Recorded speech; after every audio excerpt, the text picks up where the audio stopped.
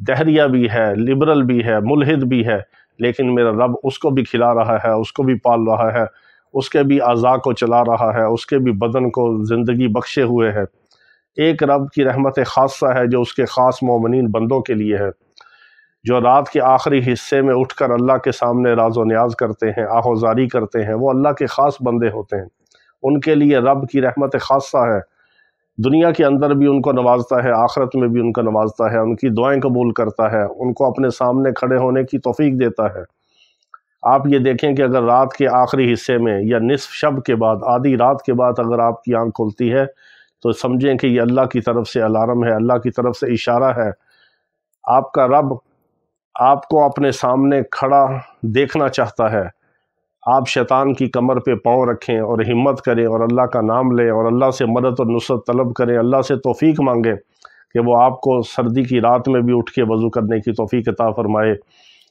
اور اللہ رب العزت اپنے سامنے آہوزاری کرنے کی، گڑ گڑانے کی، دنیا اور آخرت اپنے سے مانگنے کی، امت کی خیر خواہی کی، امت کے لیے دعائیں کرنے کی توفیق عطا فرمائے۔ رات کے آخری حصے میں جو رب کے سامنے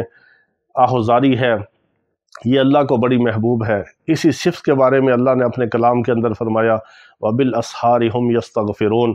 جو سحری کے وقت، جو رات کے آخری حصے میں اللہ کے سامنے گڑ گڑاتے ہیں، روتے ہیں، استغفار کرتے ہیں، اپنے گناہوں کی بخشش مانگتے ہیں، اپنے گناہوں کی مغفرت مانگتے ہیں، رب کو راضی کرتے ہیں، وہ جب ہاتھ اٹھاتے ہیں میرا رب ان کی جولی کو بھر دیتا ہے، ان کے ہاتھوں کو خالی نہیں لوٹاتا۔ رات کے آخری حصے میں اٹھ کے نبیوں والی نماز ادا کریں، ولیوں والی نماز ادا کریں۔ حضرت علی رضی اللہ تعالیٰ عنہ کوفہ کے اندر،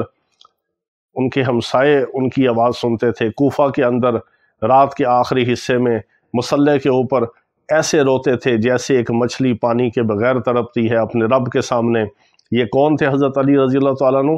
جن کو میرے آقا علیہ السلام نے فرمایا اے علی تیرا گھر جنت میں میرے گھر کے سامنے ہوگا، اے علی تیرا گھر جنت میں میرے گھر کے سامنے ہوگا۔ جن کو جنت کی بشارتیں مل چکی ہیں، جو عشرہ مبشرہ ہیں، جو داماد رسول ہیں، جو آل رسول ہیں، جن سے سارے تصوف کے ولایت کے سلسلے چلتے ہیں، جن کو حتمی طور پر اللہ نے اپنی رضاعت کا صحابہ کو سرٹیفکیٹ دے دیا، وَكُلًّا وَعَدَ اللَّهُ الْحُسْنَى، تمام صحابہ کرام رضوان اللہ تعالیٰ علیہم اجمعین کو اللہ نے اپنی رضاعت کا پروانہ، اپنی رضاعت کا سرٹیفکیٹ عطا فرما دیا۔ قرآن کے اندر رہتی دنیا تک، قیامت تک لوگ پڑھتے رہیں گے اور صحابہ کی جنتی ہونے کی گواہی دیتے رہیں گے، اور اللہ کی رضا کا پروانہ ان کو دنیا کے اندر مل گیا۔ وہ رات کے آخری حصے میں اپنی داڑھی مبارک کو پکڑ کے مچھلی کی طرح تڑپتے ہیں اور کہتے ہیں میرا سفر بہت لمبا ہے اور راستہ بہت مشکل ہے اور اللہ کی مدد کے بغیر کچھ نہیں ہو سکتا، میرا سفر بہت طویل ہے، راستہ بہت مشکل ہے اور زاد راہ اور توشہ میرے پاس نہیں ہے، اے اللہ اگر تو نے مجھے معاف نہ کیا تو میرا کیا بنے گا۔ جو اس حال میں اللہ کے سامنے روتے ہیں، آہوزاری کرتے ہیں۔ حضرت عمر رضی اللہ تعالیٰ عنہ کا آخری وقت دیکھیں، حضرت عمر رضی اللہ تعالیٰ عنہ نے اپنے بیٹے کو فرمایا کہ اے بیٹے میرا سر زمین کے اوپر رکھ دے، زخمی حالت میں اور خون بہہ رہا تھا اور زندگی کی آخری سانسیں تھی، اللہ سے ملاقات کا وقت قریب تھا،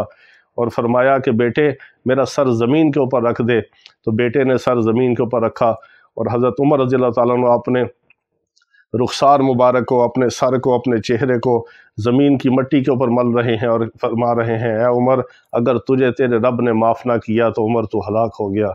عمر تیرا کیا بنے گا اگر تجھے تیرے رب نے معاف نہ کیا۔ یہ ان حضرات کے یہ واقعات ہیں، ان حضرات کے یہ آہوزاریاں ہیں، ان کی سسکیاں ہیں، ان کا دنیا کے اندر یہ رہنے کا معمول ہے اور آخرت میں بھی جانے کا، اللہ کے ساتھ ملاقات کے وقت بھی ان کے یہ احوال ہیں، یہ کیفیات ہیں۔ کون؟ جو میرے آقا علیہ السلام کے روضہ مبارک میں ساتھ آرام فرما ہیں، جو جنت میں بھی آقا علیہ السلام کے ساتھ داخل ہوں گے، جو دنیا میں بھی ان کے وزیر تھے، آخرت میں بھی ان کے وزیر ہیں۔ جب میدان محشر میں اٹھایا جائے گا تو میرے آقا علیہ السلام نے فرمایا کہ سب سے پہلے میں اپنی قبر سے نکلوں گا اور میرے دائیں اور بائیں ابو بکر اور عمر ہوں گے۔ یہ وہ حضرات ہیں جن کو جنت کی بشارتیں مل چکی، جنت کا پروانہ مل گیا، جنت کا سرٹیفکیٹ مل گیا۔ ان کی یہ حالت ہے، ان کے یہ جذبات ہیں، ان کا یہ اللہ کے ساتھ معاملہ ہے، اللہ کا خوف ان کے اوپر اتنا طاری ہے کہ اے عمر اگر تجھے تیرے رب نے معاف نہ کیا تو تیرا کیا بنے گا۔ تو آج ہم کتنے بے خبر ہیں، کتنے بے فکر ہیں، کتنے اللہ رسول کے نافرمان ہیں کہ ہمیں تو پتہ ہی نہیں کہ ہمارا خاتمہ ایمان پہ ہوگا کہ نہیں، یہ تو موت کے وقت پتہ چلے گا، جب موت کا فرشتہ آئے گا تو پتہ چلے گا کہ ہمارا ایمان زبان کے اوپر تھا یا دل میں تھا، حلق سے اوپر تھا یا حلق سے نیچے تھا۔ یہ فیصلہ تو موت کے وقت ہوگا۔ دنیا میں نہ آپ دعویٰ کر سکتے ہیں ایمان والا ہونے کا اور نجات پانے کا، نہ میں دعویٰ کر سکتا ہوں، نہ کوئی دعویٰ کر سکتا ہے۔ یہ تو رب کی رحمت ہے کہ ہمیں اللہ تعالیٰ دنیا میں بھی ایمان پر، اسلام پر زندہ رکھے اور آخرت میں بھی ہمارا خاتمہ ایمان پہ فرمائے۔ وآخر دعوانا ان الحمد للہ رب العالمین۔